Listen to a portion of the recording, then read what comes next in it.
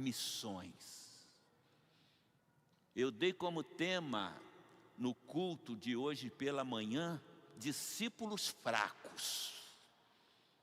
Porque esta era a realidade dos discípulos de Jesus naqueles dias, quando Ele os chamou, e olha que Ele os treinou, os capacitou, mas faltava algo que eu quero falar para vocês. Eles tinham conhecimento, como nós temos conhecimento, mas faltava algo. E quando nós cremos só com o intelecto, a gente faz o que eles fizeram. Eles se tornaram fracos porque mesmo Jesus tendo lhes ensinado, eles não acreditaram no que Jesus estava dizendo. E esse texto de Marcos 16, eu quero rapidamente reprisar para a gente fazer um fecho depois, diz assim: quando terminou o sábado, Maria Madalena, Salomé e Maria, mãe de Tiago, compraram especiarias aromáticas para ungir o corpo de Jesus. Compraram especiarias para ungir o corpo de Jesus. Por que é que elas fizeram isto?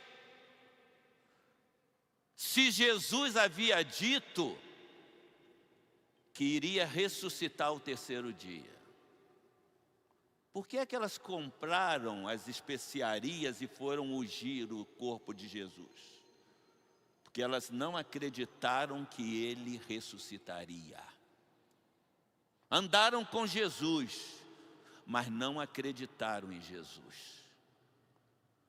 Mais do que isso, diz o texto, no primeiro dia da semana, bem cedo, ao nascer do sol, elas se dirigiram ao sepulcro, perguntando umas às outras: quem removerá para nós a pedra da entrada do sepulcro? Eram as conversas delas. Quando as pessoas não creem em Jesus de fato, as suas cogitações passam longe do propósito de Jesus. Ele tinha avisado que ressuscitaria.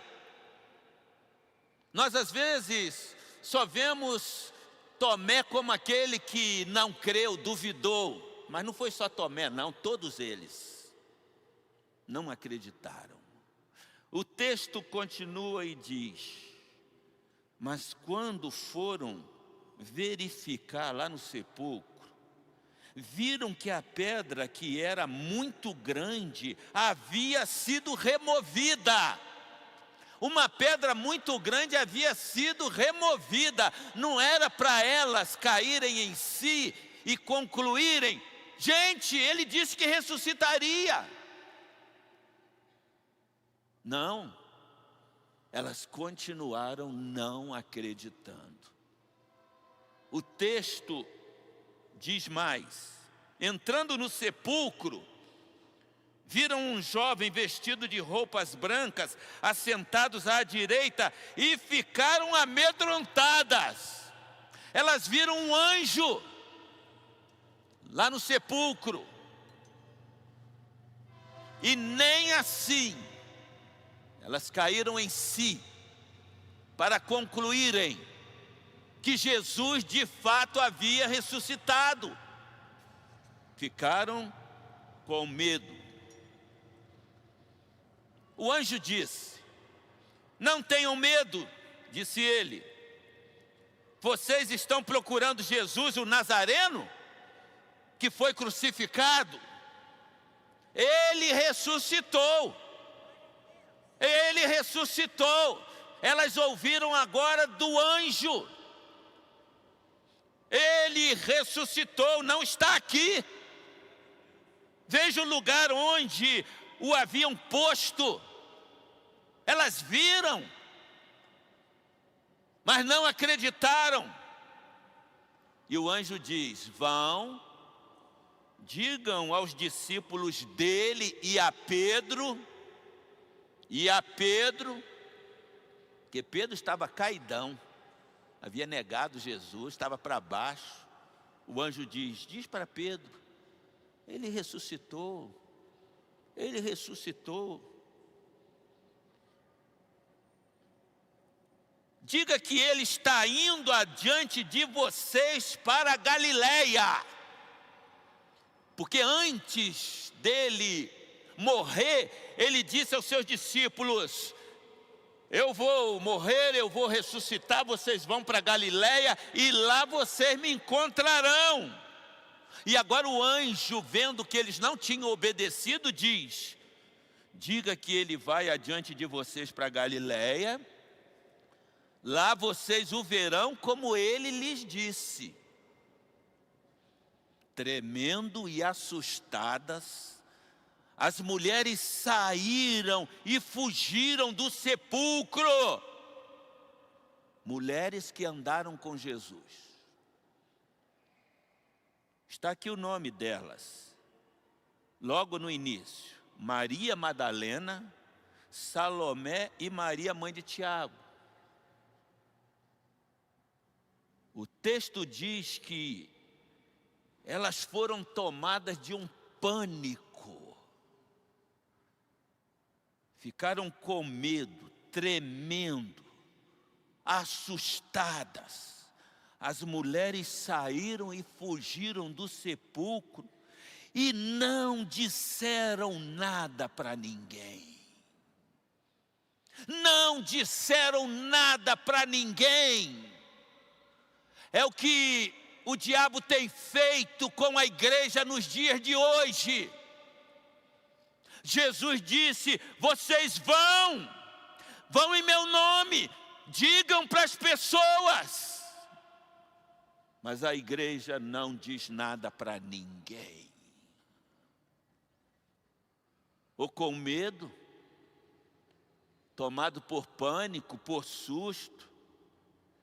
E o texto complementa dizendo, não disseram nada a ninguém porque estavam com medo.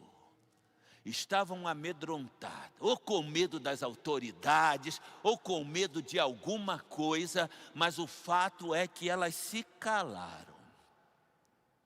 Quando Jesus ressuscitou na madrugada do primeiro dia da semana, apareceu primeiramente a Maria Madalena. Agora não é um anjo, agora é o próprio Senhor Jesus, e é agora que a coisa começa a mudar. E mudar por que razão? Porque Maria Madalena, diz o texto, de quem ele havia expulsado 7 demônios. Ela tinha tido uma experiência profunda com Jesus. Era uma endemoniada. E Jesus a libertou. Aquela mulher tinha tido uma experiência marcante, uma experiência profunda com o Senhor Jesus. Quando você tem uma experiência forte com Jesus, você muda de vida, você acredita em Jesus, você crê nas suas palavras. Talvez todos vocês digam, mas eu creio, pastor. A gente diz que crê, como elas diziam. Jesus nos mandou pregar o Evangelho porque Ele disse, aqueles que não se converterem vão para a perdição eterna. E vão pagar um preço muito alto. Ali haverá choro e ranger de dentes. Se nós de fato acreditássemos nas palavras de Jesus, nós não perderíamos tempo. Nós anunciaríamos para as pessoas da família, amigos, vizinhos. E por que a gente não faz se Jesus determinou que o fizéssemos? Da mesma maneira que elas também não disseram nada para ninguém. Até que Maria Madalena, de quem havia Jesus expulsado 7 demônios, foi contar o relato para os outros. Ela foi, diz o verso 10, e contou aos que com ele tinham andado. Agora vejam, amados, eles estavam lamentando e chorando. Ela foi e contou para todo mundo chorando. Jesus disse que iria ressuscitar, mas eles estão chorando. O mestre morreu, acabou, perdemos nosso tempo. Nós acreditamos nele. Quando ouviram que Jesus estava vivo e fora visto por ela, quando ouviram que Jesus estava vivo e que fora visto por ela, o texto diz: não acreditaram.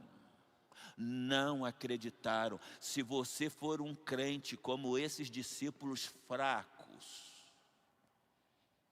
você vai ler na Bíblia, você vai ouvir dos pregadores, mas não vai mudar nada.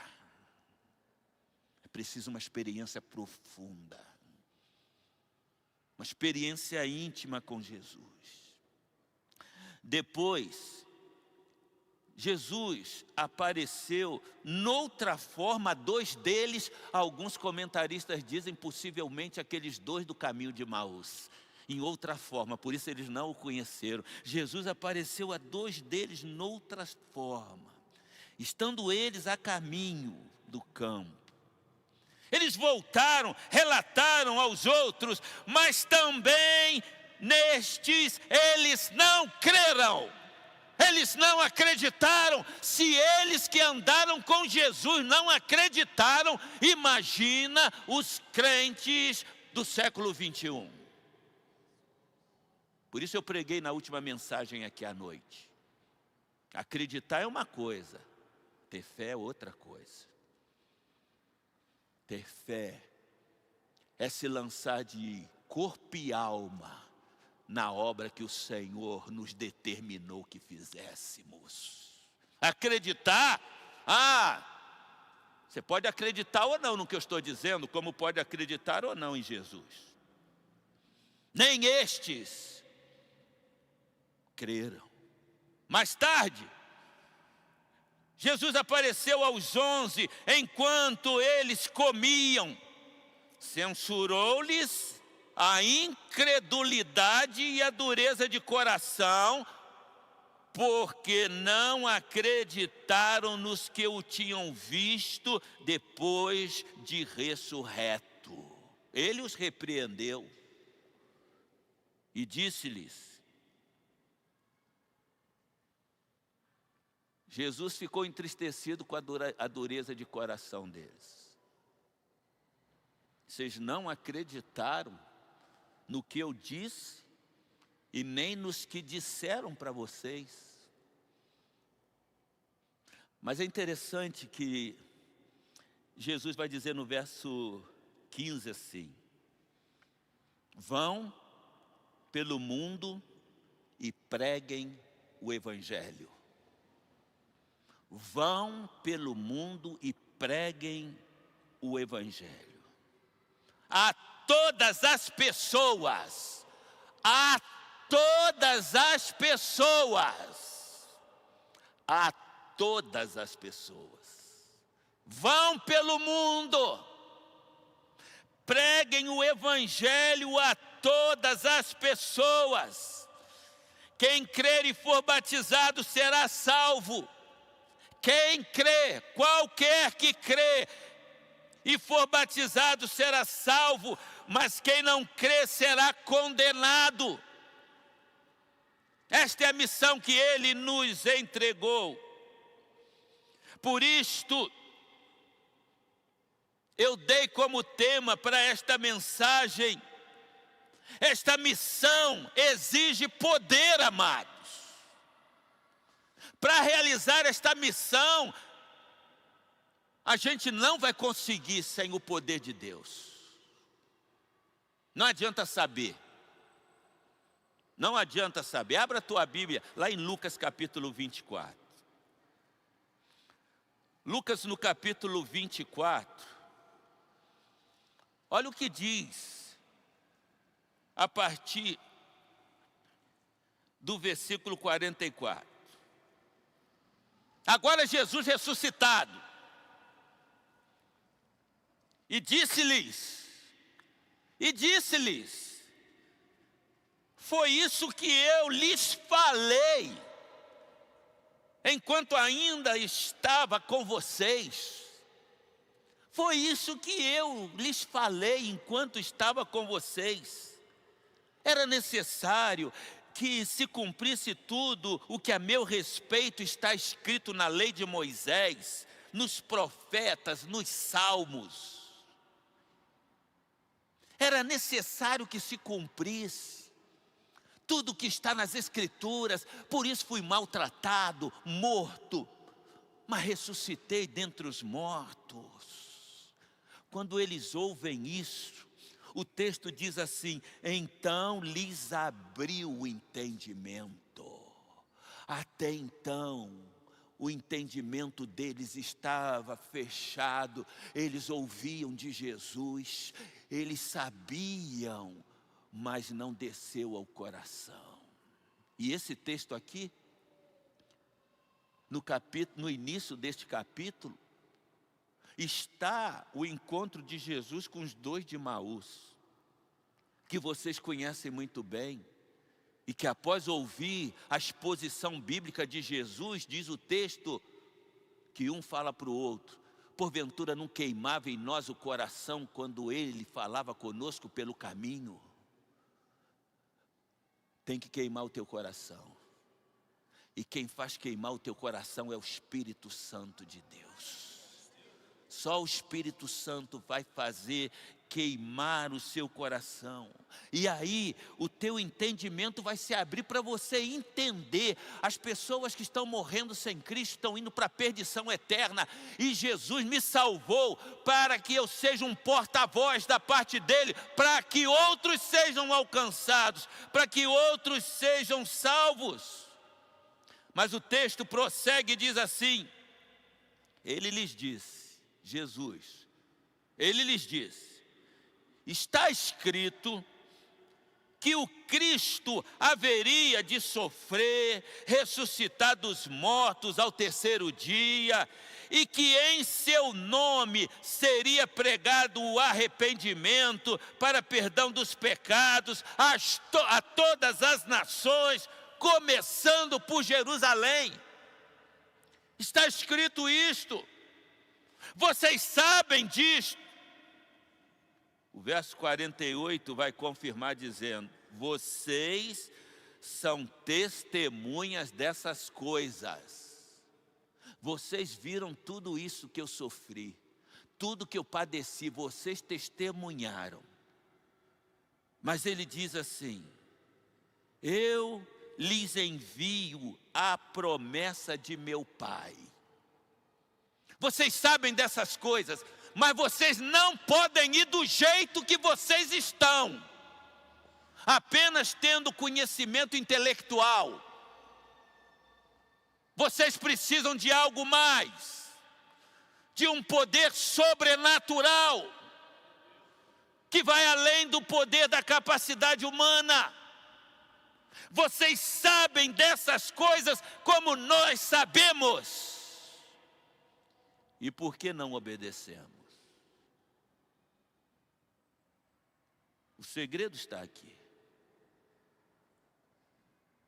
Eu lhes envio a promessa de meu Pai. Fiquem na cidade, e ele está se referindo a Jerusalém. Fiquem na cidade até. Sabe o que significa isso? Não é ficar um tempo buscando, é até que vocês sejam revestidos desse poder sobrenatural. O segredo está aqui. O segredo é você buscar freneticamente esse poder sobrenatural que está à nossa disposição porque só a igreja é porta-voz da mensagem de Deus para a salvação da humanidade. Eu vou enviar a promessa de meu Pai, mas vocês vão ter que entrar em oração, em jejum, em uma busca profunda, até que do alto vocês serão revestidos de poder. Revestir é vestir de novo. Revestir, eu estou vestido, mas eu preciso de uma outra roupa, é ser revestido. Você já está vestido pela salvação que você tem por Cristo Jesus, mas você precisa de um revestimento do poder do Espírito Santo de Deus, senão você não vai crer, você não vai obedecer. E é interessante que em Mateus, no capítulo 28, e você conhece o texto bíblico, o versículo 18, antes de Jesus morrer, ou melhor, logo depois de Jesus ressuscitar, ele vai dizer assim: então, Jesus aproximou-se deles e lhes disse. Irmãos, preste atenção nessa frase, que você já ouviu inúmeras vezes. Então, Jesus aproximou-se deles e disse: foi-me dada toda a autoridade nos céus e na terra. Foi-me dada toda a autoridade nos céus e na terra. Jesus está dizendo: eu agora tenho todo o poder do universo. Eu tenho todo o poder. Se o teu patrão lá no teu trabalho, por causa do salário que você recebe, se ele te determinar fazer uma tarefa, você vai dizer que não faz? Você vai fazer. Um patrão, um simples patrão terreno. Agora imagine, o nosso Senhor está dizendo: foi-me dada toda a autoridade nos céus e na terra. Então eu vou dar uma ordem a vocês, como quem tem toda a autoridade. Vão, façam discípulos de todas as nações. Vão, façam discípulos em todas as nações. Eu pergunto para você, por que a igreja não vai? Não, pastor, mas eu frequento o culto, eu evangelizo, eu até trago algum visitante à igreja. Jesus disse: vão e façam discípulos. Eu vou pregar no próxima mensagem sobre o que é fazer discípulo. O que é fazer um discípulo? Discípulo você não ganha.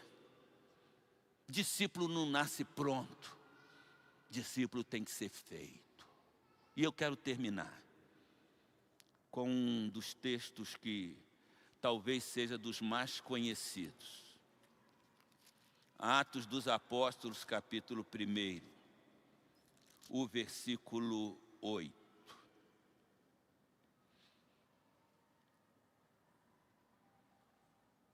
Atos dos Apóstolos.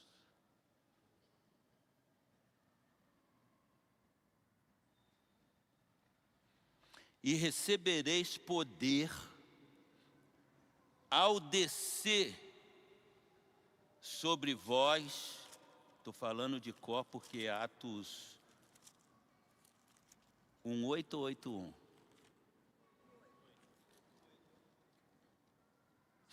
E recebereis poder.